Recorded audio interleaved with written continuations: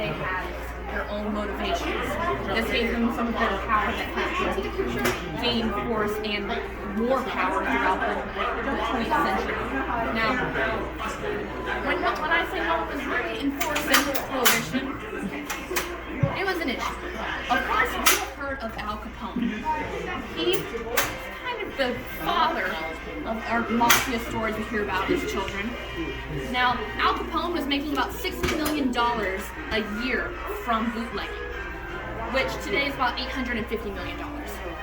Y'all can go around us, we're just a private tour. Oh, okay, I don't know. No, you're good.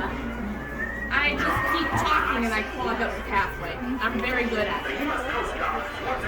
But Al Capone, he was making a lot of money in Chicago.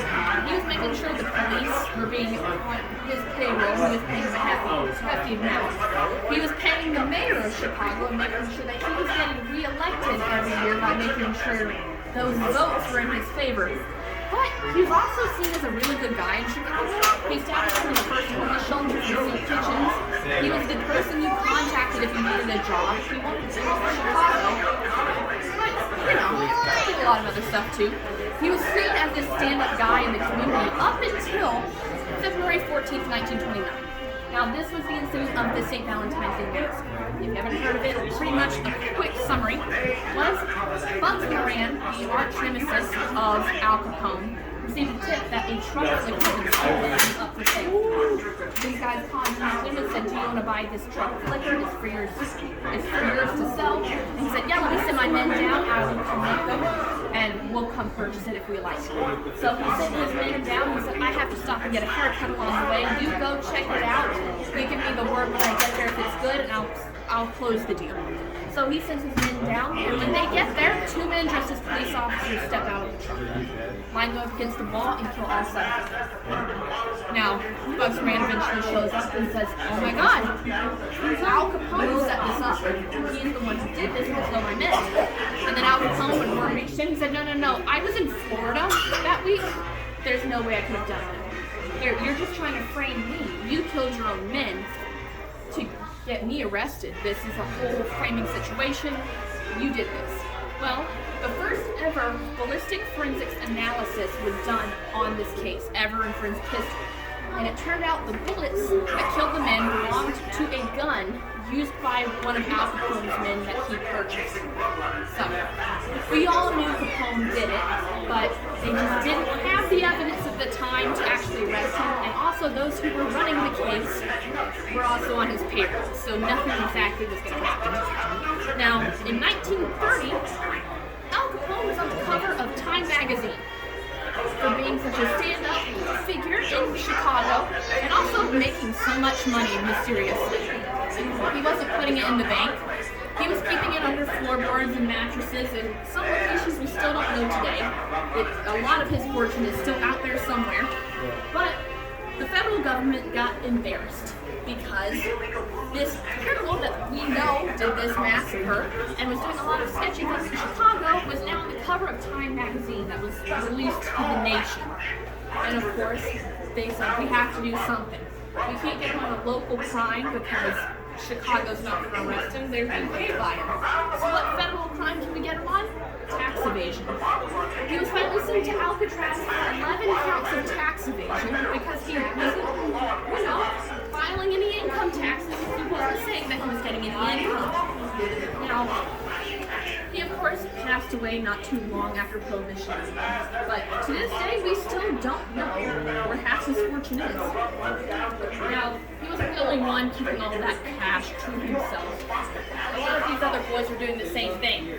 Now, this right here in the case is a genuine circulating $1,000 bill. It looks a little weird, I know. It's always a thing. Everyone comments that it looks like Monopoly money, but it is a real $1,000 bill.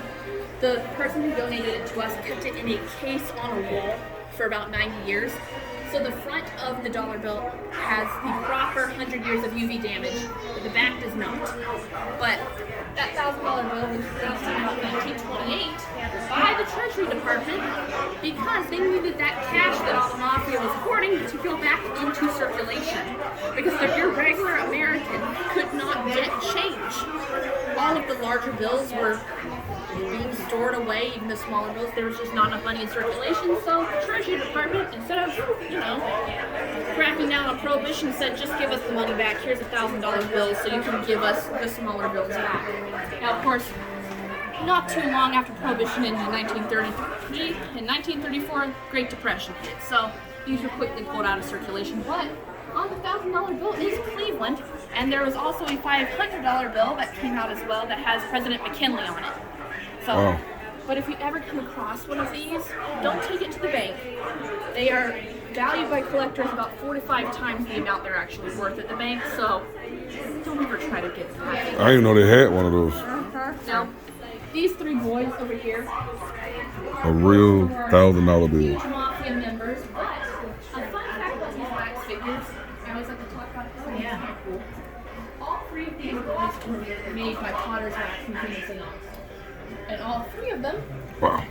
were also made in the 1930s. So they are all 3 pushing about 90 years old. Jack has some back issues. He's a little one, but he's getting there. But all of them were made while these boys were still alive. Which is why they don't look exactly like their photos. Because you had to be complimentary. A lot of people didn't have the mass media information of seeing like what Al Capone actually looked like. They heard stories about him and things like that. And so why not make the general public think they're much more handsome than they actually are?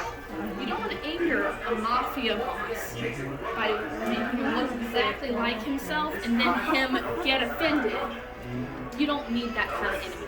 But that's why they kind of look better than they do to keep calm waters, and also if you're talking about a mafia legend no one really knows what they look like, make them a little more handsome.